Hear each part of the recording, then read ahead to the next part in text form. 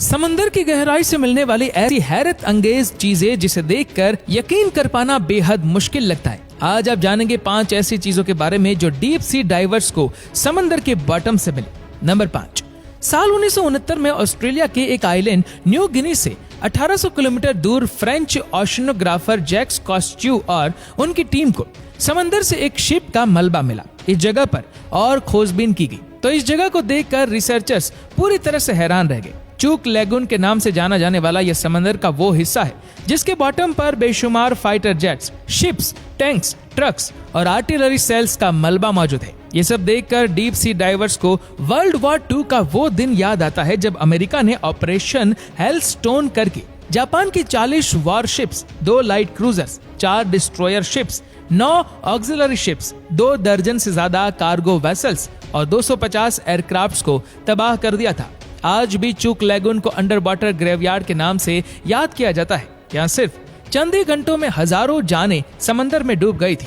Number 4, researchers की एक team England और यूरोप के बीच इंग्लिश चैनल में रिसर्च के मकसद से गई।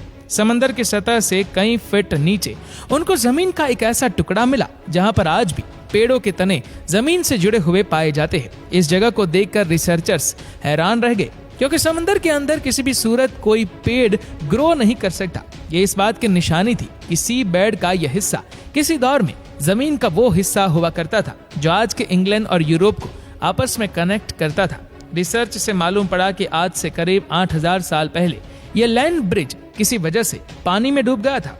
नंबर 3, क्या कभी कोई रिवर समंदर के अंदर मौजूद हो सकती है? जाहिर है इसका जवाब होगा नहीं, लेकिन मेक्सिको के युकाटन पेनिनसुला में स्कूबा डाइवर्स ने समंदर के अंदर एक ऐसा सीक्रेट स्पॉट तलाश किया जहां पर पानी के अंदर ही एक रिवर भी बहती है। समंदर के पानी के अंदर बहने वाली यह रिवर असल में हाइड्रोजन सल्फाइड की एक मोटी सतह की वजह से बनी थी जिसके नीचे एक गार से आने वाला सॉल्ट वाटर मौजूद है। इस जगह को सेनोटे एंजेलिटा भी कहा जाता है। स्कूबा डाइवर्स के मुताबिक ऊपर से देखने पर सेनोटे एंजेलिटा बिल्कुल नॉर्मल दिखती है, लेकिन तकरीबन 30 मीटर अंदर जाने के बाद जो मंजर नजर आता है उस पर यकीन करना मुश्किल होता है।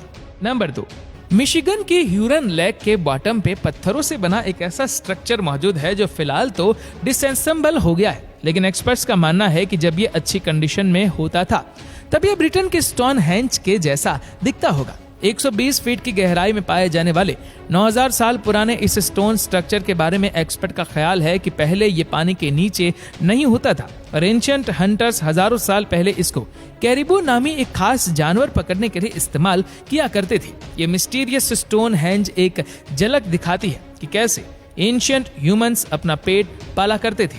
नंबर 1, साल 1901 में ग्रीस के एक आइलैंड एंटिकथेरा के करीब डीप सी डाइवर्स को एक शिप का मलबा मिला। इस मलबे से उनको जो कुछ मिला उसने हमारे ह्यूमन हिस्ट्री के कॉन्सेप्ट को ही बदल कर रख दिया। शिप के इस मलबे में एक बक्सा भी मौजूद था जिसमें मार्बल स्टेच्यूज, गुलदान, ज्वेलरी, एंशिएंट कॉइन्स और एक जंग लगा हुआ मेटल का टुकड़ा भी मिला। बाकी सब चीजें तो समझ आ रही थी, लेकिन मेटल का ये मामूली टुकड़ा काफी अजीब लग रहा था। जब इस पर रिसर्च की गई तो एक एक करके सारी हकीकत खुलकर सामने आने लगी। शिप रेक में मौजूद स्टेच्यूज और कई जगह पर राइटिंग देखकर अंदाजा लगाया गया कि ये एंशिएंट ग्रीक्स के दौर में डूबा हुआ था, लेकिन एक्सपर्ट्स और रिसर्चर्स ये देखकर हैरान रह गए कि लोहे का ये टुकड़ा कोई मामूली चीज नहीं थी, बल्कि ये एंशिएंट ग्रीक्स का एक कंप्यूटर हुआ करता था। इसमें बहुत सारे गियर्स लगे थे जिसके छोटे छोटे दांत बनाए गए थे। यहाँ आपको ये भी बताते चले कि आजकल की मॉडर्न मशीनरी की मदद से ही गियर्स के ऐसे दांत बनाना बड़ी महारत का काम होता है। ये एक एंशिएंट कंप्यूटर था जो पहले के दौर में शिप्स को चांद और सितारों की लोकेशन बताता था। अब सवाल यह है कि उस दौर में शिप कैप्टन्स को चांद की लोकेशन प्रिडिक्ट करने की आखिर क्या जरूरत थी? असल में चांद की ग्रेविटेशनल पुल की वजह से समंदर में लहरें पैदा होती है।